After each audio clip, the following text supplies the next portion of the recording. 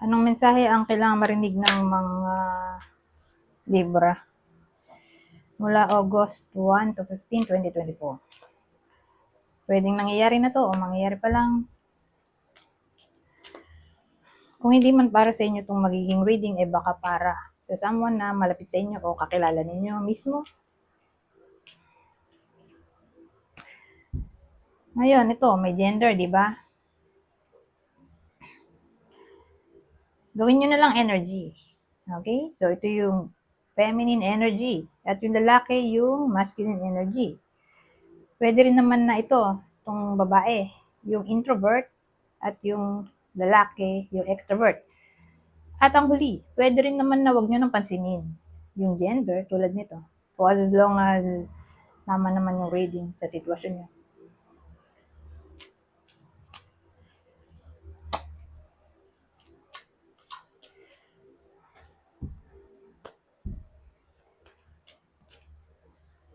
Nagbabaliktaran sila o kahit anong gawin ko.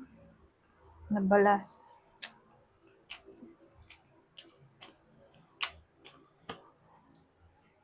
Ayun, may tumayo isa.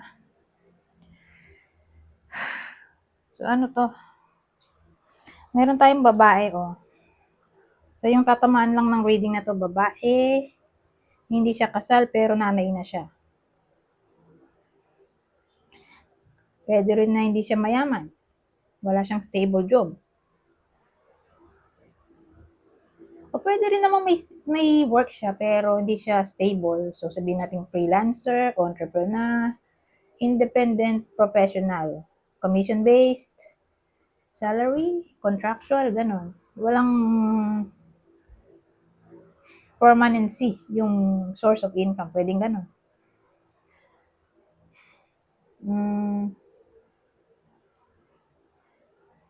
So, kunin nyo lang yung info na sa tingin nyo fit sa sitwasyon nyo. So, itong nanay na to ay hopeless. Hopeless sa topic ng pera kasi eto magkakapera kaya lang pag ganito edi walang pera, natapon eh. 'Di ba? Eto nasalo mo. Eto natapon, parang nasayang ba? Nasayang opportunity anyari. Oh, for some reason taghirap ba? Wala kang maipon. O sabihin natin maliit ang kita. Pero kahit ganun, eto, nagpapakatatag yung iba sa inyo. Hindi basta-basta sumusuko. Kita nyo naman yung lalaki dito, may tali na siya sa ulo. So, ibig sabihin, nakipaglaban na siya. Ginamot na siya. Ngayon, kahit na may tama na siya sa pakikipaglaban, bumalik pa rin siya sa war para gawin ang kanyang tungkulin. So, matapang siya, di ba? So, ganon. Ganon ang dating dito. Resilient. Flexible. Courageous. Perseverance. Ayan, nakalagay naman na dito. Wala nang maisip eh. So, gamitin na natin yung nakalagay dito. Persistence. Learning from past failure. Gather your strength. So, yan. Sa madaling salita, kahit hindi maganda yung takbo ng finances o takbo ng pera, eto. Papakatatag yung iba sa inyo at hindi basta-basta sumusuko. Sabihin naman nating maliit lang talaga yung sahod niya. Pero gusto niya yung work na yun eh. Committed siya doon. So, kahit na maliit yung sahod, for as long as masaya naman siya doon, ganun lang nga lang. Kine-carry na lang niya. Pwede rin kasing ganun. May iba kasi na pinursue yung passion, kaya lang maliit ang sahod. May iba naman na pinursue ang malaking sahod, kaya lang di naman nila gusto. Diba? So, case to case basis. Pero sa case na to, mukhang yung iba sa inyo pinursue yung gusto nila, kaya lang maliit nga yung sahod.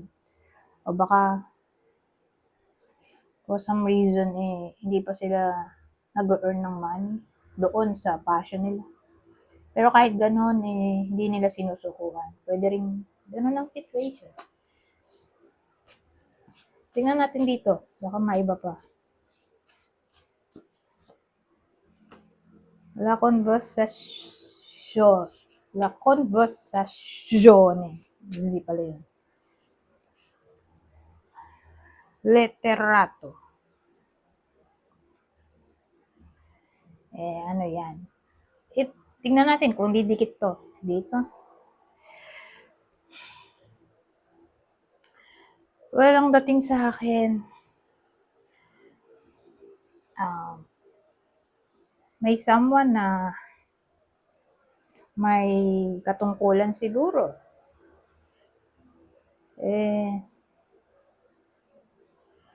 Makakatanggap ng mensahe.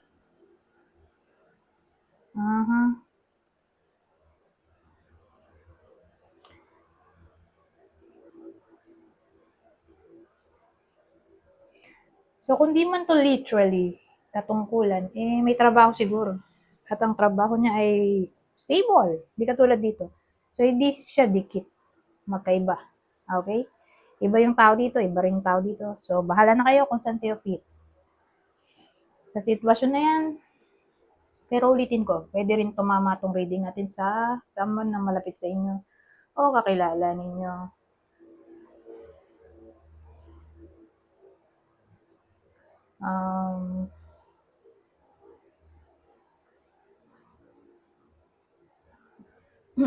Ano pa ba? Makakatanggap ng mensahe. Who knows? Baka naman yung iba sa inyo ay nag-a-apply. Nag-a-apply sa mataas na posisyon. Baka matanggap. Matanggap siya sa trabahong ina-applyan niya. Na ganun nga.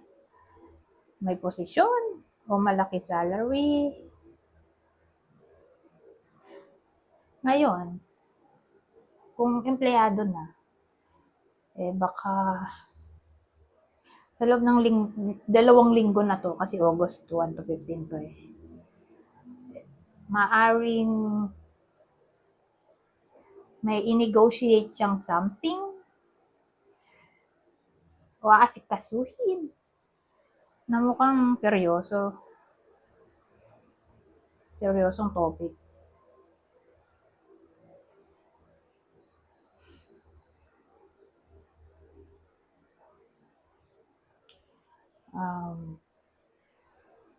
Ibang case,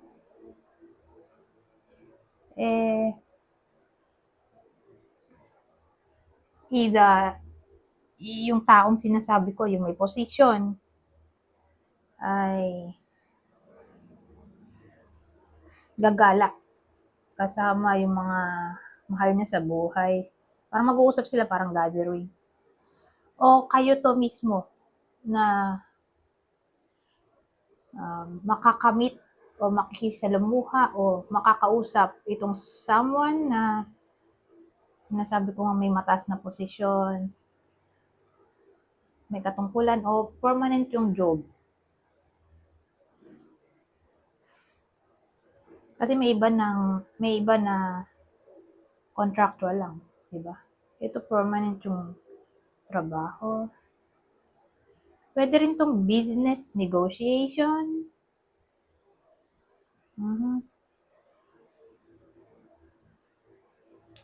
So, para bang may pag-uusapang importante kasi. Pag-uusapan at desisyon na kailangan gawin o important na kailangang linawin. O who knows? Baka naman ito ay tungkol sa apology.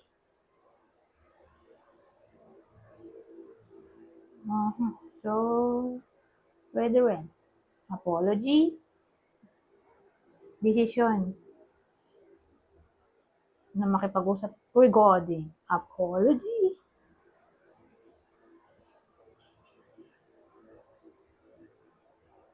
Pero kung apology man to, mukhang lalaki yung mag-a-apologize dun sa babae. Hindi babae yung mag-a-apologize sa lalaki. Remember, babae yung makakatanggap ng apology mula sa lalaki.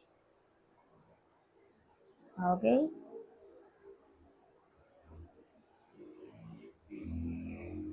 Pero actually, ibang case din eh. Baka regarding ano to, love test, check up, yung mapag-usapan kasi important din yun, di ba?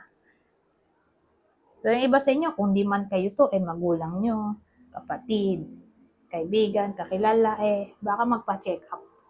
Sa loob ng 2 weeks na to, August 1 to 15, at yun yung pag-uusapan nilang something serious.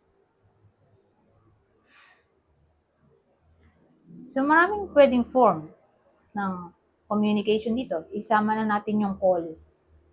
All forms na ng communication. Written, call. At may iba na written lang. May iba na call. Ito, sama-sama na. So, baka makatawag. Oo, at ang reason ay tungkol sa health. O baka kayo yung makareceive ng tawag at regarding sa health, yung mapag-usapan. Kasi pwede rin vice versa yung topic dito eh. O pwede rin yung mensahe ay tungkol sa investigation, research, excuse me, o anything na para bang pinag-aralan. So, yun lang naman naisip ko check up, di ba? Pinag-aralan maigi yung laboratory test ng mga medical professional. Anyways, punta tayo dito.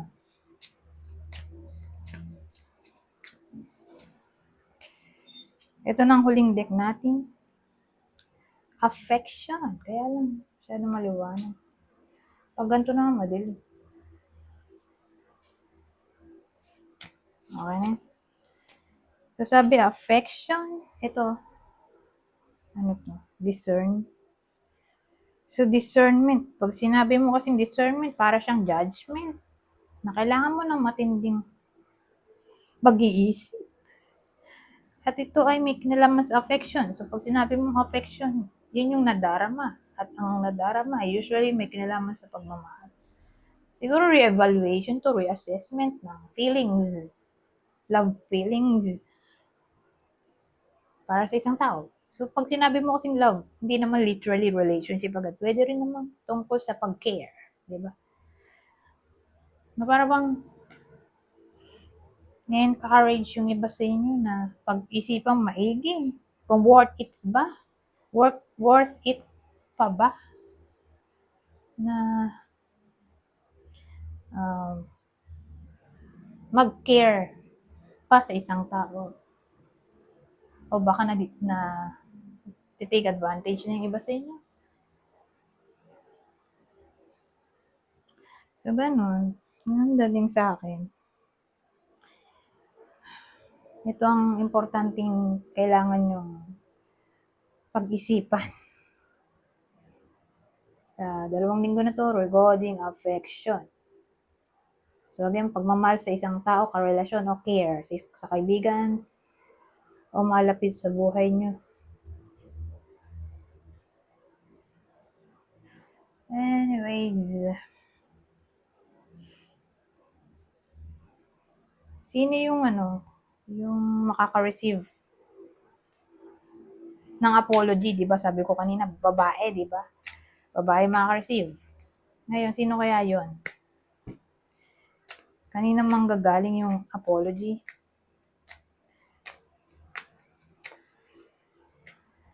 Leo, Virgo, o Gemini? Gemini ulit. So, specifically, Gemini, umulit to eh. Gemini to eh. Itong Mercury. So, ulitin ko, Leo, Virgo, Gemini, Gemini ulit. Anyways, hanggang dito na lang. Goodbye.